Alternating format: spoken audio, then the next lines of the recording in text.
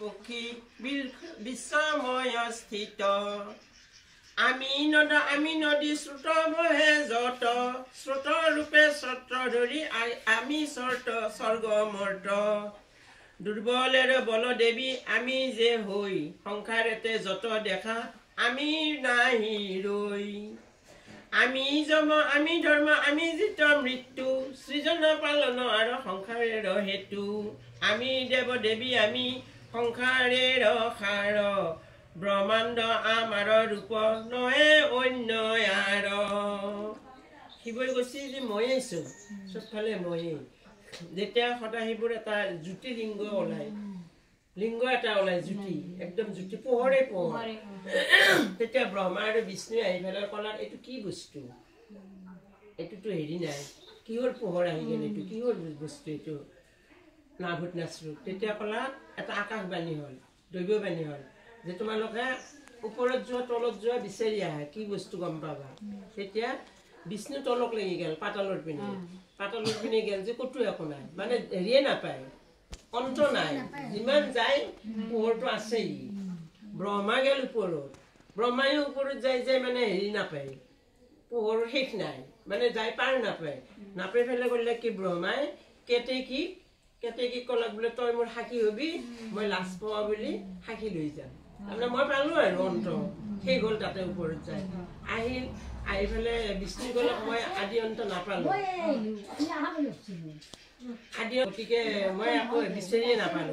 তেতিয়া হেৰি ব্ৰহ্মাই ক'লক মই পালো বোলে কি পালা বোলে মই শেষ পালো যাই পেলাই মই আৰু ওপৰত নাই আৰু মই পালো এই বোলে কি সাক্ষী কি আছে বোলে কেতেকী সাক্ষী লৈ আছো সেই বুলি কেতেকীক ক'লক যে কেতেকী ক'লক হয় ব্ৰহ্মাই পাচি যায় এইটো মিছা কথা ক'লা যেতিয়া মিছা কথা ক'লা সেই দিনাৰ পৰা কেতেকী ফুল পূজাত নালগে যেতিয়া অভিশাপ দিলে তোৰ পূজাত নালগে মিছা কথা কৈছে আৰু ব্ৰহ্মাৰ পূজা নাই সেই অভিশাপ দিলে মিছা কথা ক'লাক যে মিছা কথা কোৱাৰ কাৰণে ব্ৰহ্মাৰ পূজা নোহোৱা হৈ গ'ল আৰু কেতেকী ফুল পূজাত নালগে আৰু বিষ্ণুক শ্ৰেষ্ঠ কৰি দিলা বিষ্ণুক তাৰমানে সকলোৰ ভিতৰত শ্ৰেষ্ঠ মিছা কথা নকলাক যে শ্ৰেষ্ঠ হ'ল নাপালাক সঁচা কথা ক'লাক যে মই আদি অন্ত একো পোৱা নাই সেইকাৰণে বিষ্ণুক শ্ৰেষ্ঠ কৰি দিলা আৰু বিষ্ণুক কিয় শ্ৰেষ্ঠ কৰিলা ঋষি মুনিবিলাকে এদিন আশ্ৰমত বহি আছে কাক প্ৰথমে পূজা কৰিব এজনটো পূজা শ্ৰেষ্ঠটো এজন হ'ব লাগিব কাক পূজা কৰিম তেতিয়া ক'লাক বোলে ভৃগুমুনিক ক'লাক যে তুমি যোৱা যাই পেলাই ব্ৰহ্মা বিষ্ণু মহেশ্বৰ তিনিজন আছে কাক শ্ৰেষ্ঠ কৰিব লাগে তুমি যোৱা তেতিয়া গেল যাই পেলাই ব্ৰহ্মাই ক'লাক মইতো শ্ৰেষ্ঠ হ'ব নোৱাৰো মোৰ ইমান মানে শক্তি নাই শিৱৰ ওচৰত গেল শিৱেও ক'লাক মই নোৱাৰো প্ৰথম পূজা ল'বা মই নোৱাৰো শ্ৰেষ্ঠ নহয় তেতিয়া যাই পেলাই বিষ্ণুৰ ওচৰত গেল বিষ্ণু আছিল শুই আছে তাৰপৰা মুনি যাই পেলাই ক'লে কি বিষ্ণুৰ বুকুত লাঠি মাৰি দিলা একেবাৰে সোমাই আছা মই আহি পেলাই ৰখি আছো শাৰী পোৱা নাই হেৰি পোৱা নাই ভৃগুমুনিৰ খঙতে ভৃগুমুনি লাঠি মাৰি দিলা লাঠি মাৰি দিওঁতে নাৰায়ণে আৰু শাৰী পোৱা মানে হেৰি অভিনয় কৰিছে শাৰী পেলা পাই পেলাই আৰু তেওঁৰ ভৰি দুখনত ধৰি পেলাই গোটেই পিহি দিছে আৰু মোৰ ইমান পাষাণ হৃদয় ইমান মানে গধুৰ হেৰি তোমাৰ ভৰি ইমান কোমল তুমি বহুত দুখ পালা সেই বুলি যেতিয়া মানে তাৰমানে কি মই ভৰি দিলে অত্যন্তও মোক তাৰমানে খং কৰা নাই তেতিয়া তেওঁ শ্ৰেষ্ঠ হৈ গ'ল যে তেওঁ মানে শ্ৰেষ্ঠ তেওঁৰ মানে নামটো দিলাক যে বিষ্ণু শ্ৰেষ্ঠ বিষ্ণুৰ শক্তি আছে নালগে মই সেই এইখিনি তেওঁৰ হেৰিখিনি বুকুত সেইখিনি জেগা পকি থাকিল নোমকেইটা পদৰ চিহ্নটো লৈ গ'ল পকা আনি পেলাই সেইখিনি তেওঁৰ ভৃগুমুনি পদৰ চিহ্নটো তেওঁ বুকুত ধৰি ল'লা তাৰমানে সহ্য গুণ থাকিলে মানুহ বুলিয়ে কওঁ আৰু চবৰে নহয় কিমান হাপাহাপি কৰে দেৱদেৱীবিলাকে এতিয়া এনেকে বহি ঐৰাৱতক এই যে ইন্দ্ৰ খাপলাক দুৰ্বাসা মুনি মালা দিছিল তেওঁ আহি থাকোঁতে এই হেৰি স্বৰ্গৰ পৰা সাগৰ মন্থতে যিটো পাৰিজাত মালা ওলাওঁতে সেইডাল হেৰি দিলাক দুৰ্বাসাক দিলাক দুৰ্বাসাই ভাবছে আৰু মইনো কি কৰিম ইন্দ্ৰক দিলাক বাটতে আহি থাকোঁতে হাতীত উঠি আহি আছে ইন্দ্ৰবিলাকে মালাডাল নি পেলাই হাতীৰ মূৰত দি দিলা হাতীৰ মূৰত দিওঁতে হাতী আৰু মালাৰ মূল্য কি জানে ছিঙি ধৰি পেলালা তেতিয়া দুৰ্বাসামুনিৰ খং উঠিল যে লক্ষী চাৰা হওঁ বুলি মানে লক্ষী নাথিবতৰ মানে ৰাজ্যত সেইবিলাক অভিশাপ দিলা অভিশাপ দিওঁতে লক্ষী যাই পেলাই চব এই সাগৰ মন্থনৰ যিটো হেৰি সাগৰত সোমাই গ'ল তেতিয়া সাগৰ মন্থন কৰি বস্তুবিলাক উলিয়াব লগা হ'ল এইবিলাক বহুত সেই তাৰ পৰা আকৌ সেই গণেশৰ মাথাওতো সেনেকৈ আহিব কৃষ্ণ আমাৰ ৰূপ নহয় অন্য আৰ খগেশ্বৰৰ ৰূপে হৈ বিষ্ণুৰ বাহন হনু ৰূপে ৰাম বাই ৰাক্ষস কাৰণ সুৰাসুৰ আদি আমি দেৱলোক হৈ গন্ধৰ্ব কিন্নৰ যত ৰক্ষ ৰূপ ৰৈ আমি স্বৰ্গ আমি মৰ্ত আমি তলা তল সৰসী কানন আমি গহন জংগল বায়ু ৰূপে আমি মাত্ৰ সংসাৰেতে ৰৈ নৰ ৰূপে নৰ লোকে মিথ্যা কথা কৈ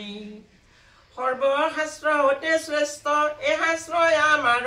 পঢ়িলে শুনিলে হৈ পাপেৰ উদ্ধাৰ শিৱ বোলে মোৰ কথা শুনিলা মংগলা পঢ়িবে আমাৰ শাস্ত্ৰ বিপদেৰ বেলা জৰা বেদী বিপদেতে পৰে যদি নৰ পঢ়িবে আমাৰ শাস্ত্ৰ হৈয়ে একত্তৰ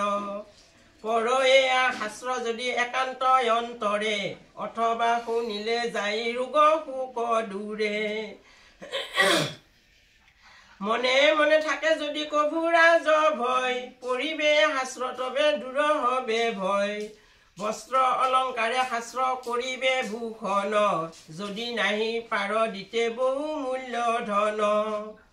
অত্যল্প কিঞ্চিত দিয়া কৰিবে কস্তুতি একান্ত অন্তৰে মোৰে কৰিবে প্ৰণতি তবে তাৰ ভৱ ভয় হব হবে দূৰ কহিনো যে মুণ্ড মালি একথা প্ৰচুৰ সত্য সত্য তিনিবাৰ কহি যে তোমাকে দুখ দূৰ হয় যদি নাচাৰে আমাকে পুত্ৰ পুত্ৰ দ্বাৰা আদি পায় যে ইজন ৰতন মাণিক্য পাই বহু মূল্য ধন প্ৰভুত্ব প্ৰতাপ তাৰ নিজ গৃহে হয় ৰাজা প্ৰজা সকলেতে সুখ্যাতি কৰয় গোবধ স্ত্ৰীবধ কিম্বা ব্ৰহ্মবধ কৰে সকল পাতক তাৰ চলি যায় দূৰে যদি মোৰ অস্তুত্বৰ সতে নাম লয় তিল মাত্ৰ পাপ তাৰ দেহে নাথাকয়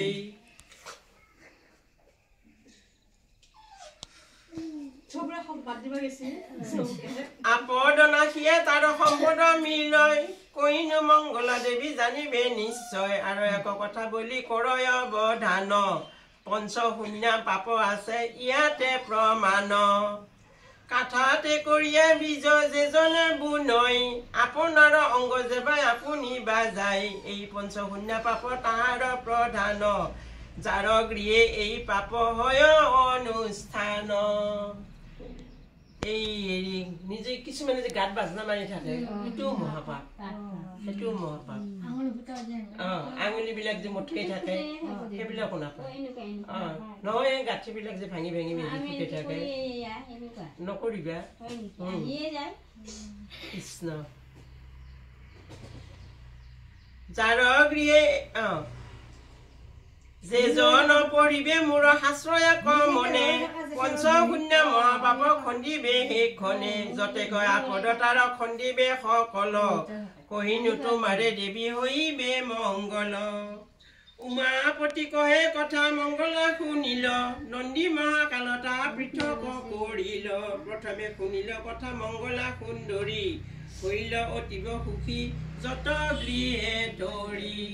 প্ৰথমে পাৰ্বতী শুনিলা তাৰে পিছত আকৌ এই নন্দী আৰু মহাকালে কৰিলা তাৰে পৰা আহি পেলাই চাৰিওফালে পৃথিৱীত প্ৰচাৰ হৈ গ'ল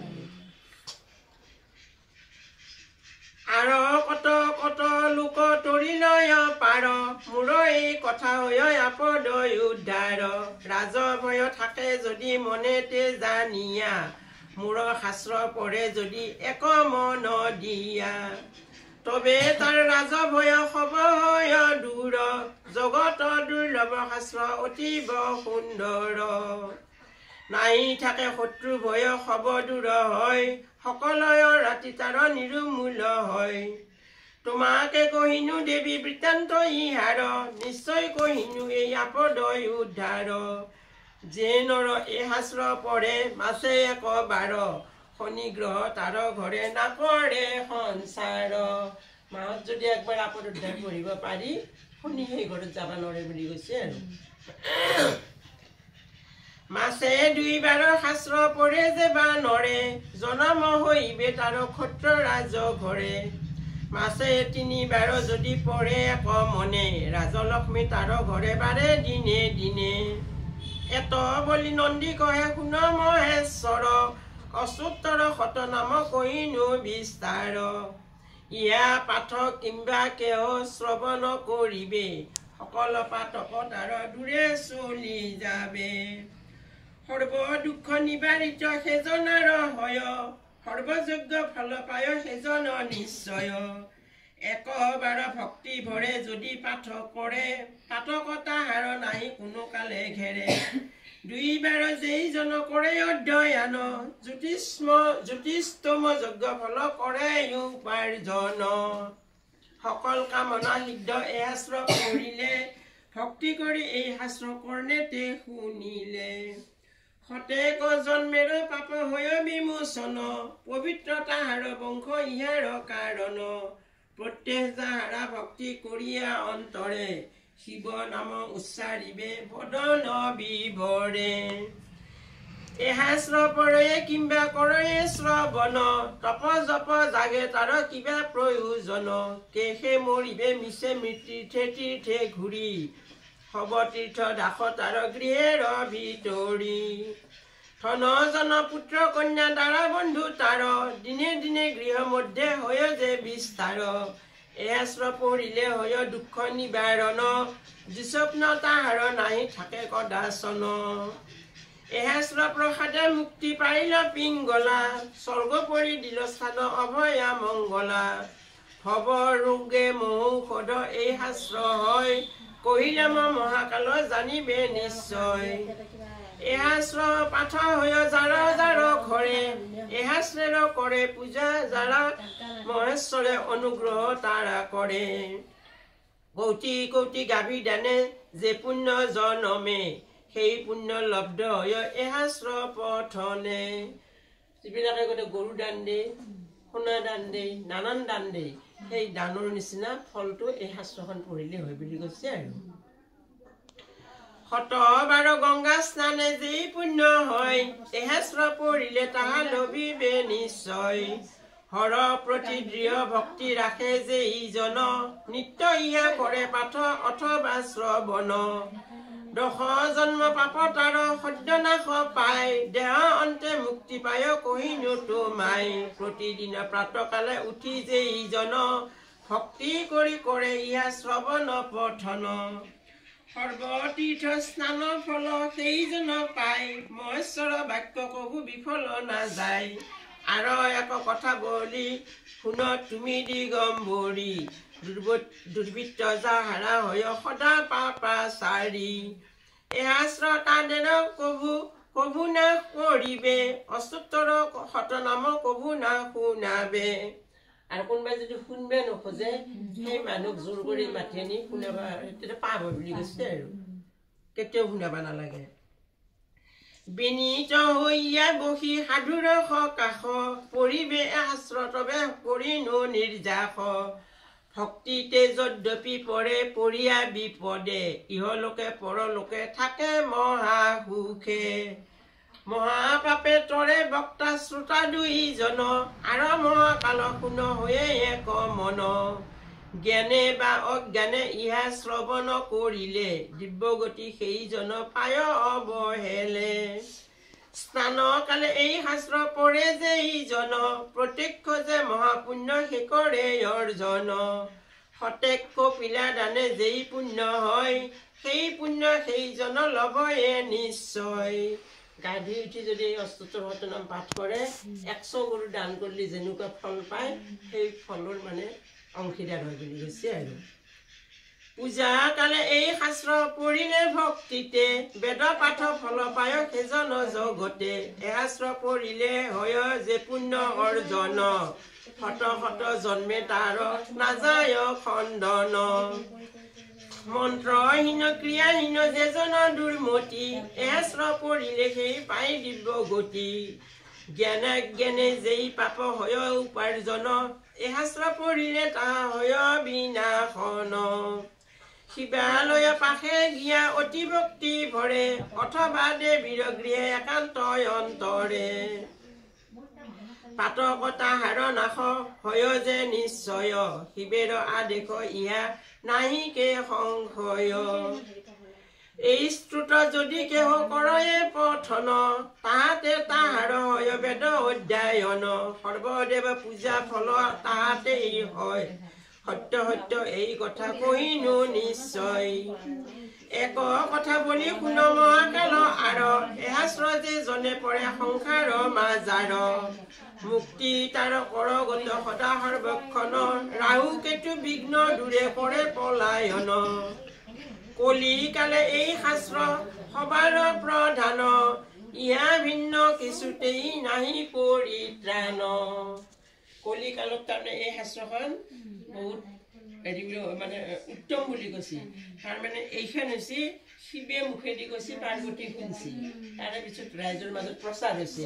আৰু গীতাখন শ্ৰেষ্ঠ গীতাখন হৈছে শ্ৰীকৃষ্ণৰ মুখৰ বাণী অৰ্জুনক শুনাইছি এই ভগৱানৰ মুখৰ বাণী কাৰণে এই দুখন শ্ৰেষ্ঠ গ্ৰন্থ এই শাস্ত্ৰ নাজানে যে বা সংসাৰৰ ভিতৰে মহাপাপী বুলি তাৰা ক্ষেত চৰাচৰে যাৰ ঘৰে এই শাস্ত্ৰ থাকে বিদ্যমান তাৰ পূজা লন সদা শিৱ ভগৱান কলি নাহি পখে কবু তাহাৰ আগাৰে এহেতু পঢ়িবে ইয়া ভক্তি সহকাৰে সৰ্বকাম পৰিপূৰ্ণ ইহাতেই হয় কি কব শাস্ত্ৰৰ গুণ বুলি বাৰ নয় ইন্দ্ৰ আদি এই স্তৱ কৰিয়া কীৰ্তন পাই আছে শ্ৰেষ্ঠ পদ অমৰ ভুৱন এক কথা বুলি শুন মহাকাল আৰ ভক্তি ভৰে ইয়া কোনো দেৱতাই আগাৰ এক চিত্তে এই শাস্ত্ৰ কৰিলে পঠন পাতক তাহাৰ দেহে নাথাকে কখন মম্বত্তৰ বাস কৰে কৈলাস নগৰে শিৱেৰ আদেশ ইহা ক্ষেত্ৰ চৰাচৰে সমস্ত শুনিতে নাহি পাৰে যে ইজন অৰ্ধ মাত্ৰ যদি সেই কৰে শ্ৰৱণ অখিল পাতকে সেই পায় পৰিত্ৰাণ অন্তকালে শিৱ লোকে কৰে অৱস্থান নিত্য নিত্য কিছু মাত্ৰ কৰিলে পঠন বিভূতি সেইজন পায় শংকৰ বচন পুৰাণ বা বেদ পাঠ যেই ফল হয় এই শাস্ত্ৰ পঢ়িলে তাহা লভয়ে নিশ্চয় ধৰ্ম অৰ্থ কাম মুখ্য ইহাৰ প্ৰসাদে লভিতে পাৰে নৰ জানিবে জগতে প্ৰতিদিন এই শাস্ত্ৰ কৰিলে পঠন পাপে মুক্ত হৈ যায় কৈলাস ভৱন এই শাস্ত্ৰ যেইজন অধ্যয়ন কৰে দেৱাপেক্ষা পূজনীয় সেইজন সংসাৰে অধিক বলিব কিবা মহাকাল আৰ এই শাস্ত্ৰ নাহি আৰ সংসাৰ মাজাৰ সদা জপ সদা ভজ হৈয়ে এক মন ভৱেৰ জঞ্জাল যত হবে বিনাশন এই ৰূপে দিব্য শাস্ত্ৰ কৰিয়া কীৰ্তন নন্দী মহাকাল দুহে কৰিলা গমন সদা ভজ সদা জপ হৈয়ে এক মন ভৱেৰ জঞ্জাল যত হবে বিনাশন এই ৰূপে দিব্য শাস্ত্ৰ কৰিয়া কীৰ্তন নন্দী মহাকাল দুহে কৰিলা গমন শাস্ত্ৰতে উত্তম গীতা ভাগৱত ধৰ্মতে উত্তম নাম দেৱতে উত্তম দৈৱকী নন্দন চৰণে কৰো প্ৰণাম কৃষ্ণ কৃষ্ণ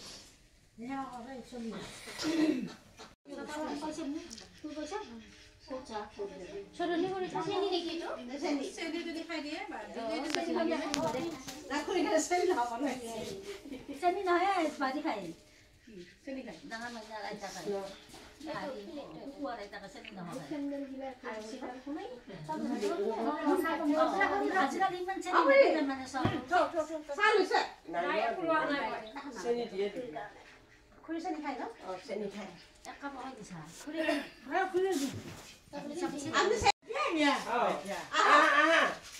কইটা আহো খুৰাই চেনি খাওঁ খুৰাই চেনি খোৱা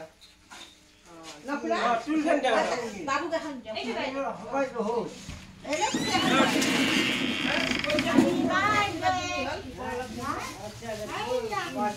বাৰ্থডে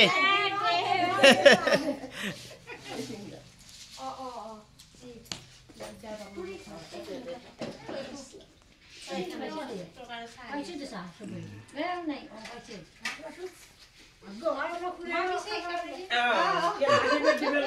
আশীৰ্বাদ দিবা লাগে ঠিকে ভালে থাকো